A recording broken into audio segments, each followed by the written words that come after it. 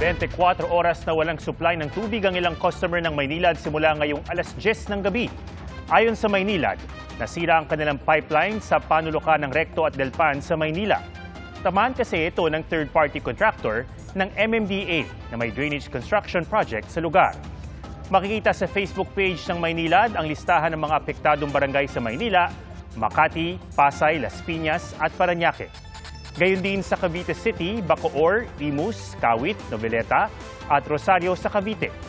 Magpapakalat ang Maynilad ng mga mobile tanker para magrasyon ng tubig. Pero nagpaalala rin sila sa mga customer na mag-ipon ng sapat na tubig.